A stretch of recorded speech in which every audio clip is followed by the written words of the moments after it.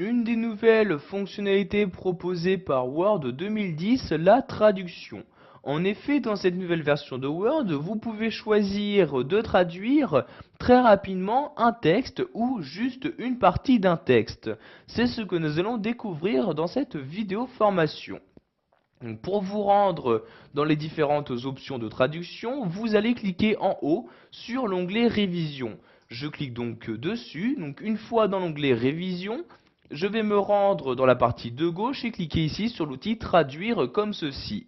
Donc j'ai ici différentes possibilités qui me sont offertes, mais tout d'abord nous allons définir la langue dans laquelle nous souhaitons traduire notre document. Pour ce faire, je me rends donc tout en bas de ce menu et je clique ici sur Choisir la langue de traduction. Donc il existe deux moyens de traduire, donc soit en utilisant un mini traducteur, soit en utilisant donc le traducteur qui va vous traduire l'intégralité de votre document. Donc pour le mini traducteur, vous choisissez ici la langue de traduction en cliquant sur la flèche comme ceci et vous choisissez donc la langue. Donc ici par exemple, je vais sélectionner l'anglais comme ceci. Vous faites de même pour le traducteur, donc la langue de départ ici il s'agit bien du français et vous choisissez donc la langue d'arrivée, donc dans quelle langue vous souhaitez traduire votre texte. Je clique donc ici sur cette flèche-ci et je vais de nouveau sélectionner l'anglais. Je clique donc sur anglais comme ceci. Maintenant, pour appliquer mes changements, je clique sur OK comme ceci. Nous allons maintenant donc pouvoir commencer la traduction de notre texte. Je clique donc ici sur traduire. Donc vous avez par exemple la possibilité de traduire votre document dans son intégralité et de l'afficher dans votre navigateur internet. Donc je clique ici pour ce faire donc sur traduire le document. Donc vous allez devoir l'envoyer via internet donc dans un format HTML. Je clique ici sur envoyer donc pour procéder à la traduction de mon texte. Donc vous voyez texte qui va s'afficher dans mon navigateur internet par défaut. Donc maintenant ici, je vais agrandir la fenêtre en cliquant sur ce bouton là comme ceci. Donc l'avancement de la traduction est en cours. Donc vous pouvez voir cet avancement dans cette partie là. Donc vous voyez ici pour l'instant 15% a été traduit.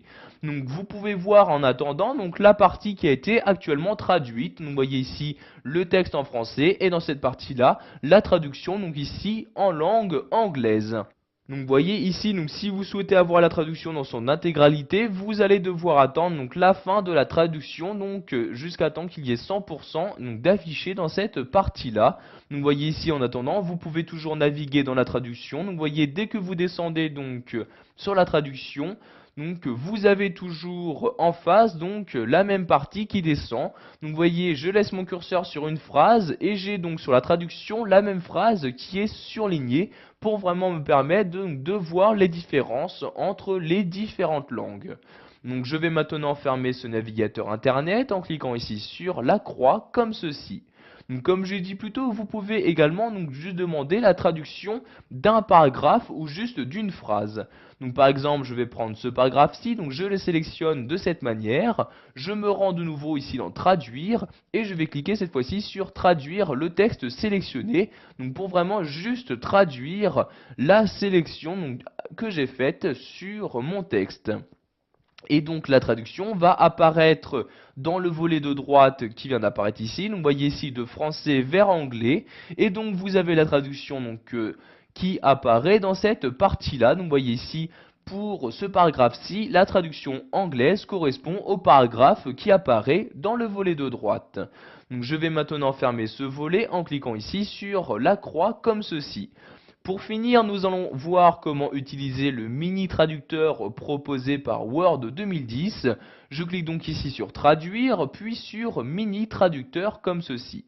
Après avoir sélectionné le mini traducteur, maintenant nous allons nous rendre sur un des mots. Donc par exemple ici le mot bourgeoise, je laisse ma souris dessus. Donc vous voyez, dès que je laisse ma souris dessus, il y a donc un cadre qui apparaît, ce cadre-ci. Et donc dans ce cadre-ci, je peux voir la traduction du mot. Donc, vous voyez ici le mot, donc les différentes traductions donc ici anglaises proposées. Donc vous pouvez faire ceci pour tous les mots. Donc par exemple le mot ménage ou le mot cuisine, je laisse ma souris dessus, je la remonte pour afficher ici donc la fenêtre. Et donc ici, vous voyez, j'ai bien la traduction du mot cuisine qui apparaît. Donc ici, il s'agit du mini traducteur. Donc si vous souhaitez maintenant désactiver celui-ci, vous retournez ici sur traduire et vous recliquez sur mini traducteur. Et maintenant, donc celui-ci est désactivé. Donc vous voyez maintenant quand je me rends sur un mot, il n'y a plus de fenêtre qui apparaît. Voilà, vous savez maintenant comment traduire votre document à l'aide de Word 2010. Vous connaissez donc les différents moyens de traduction disponibles.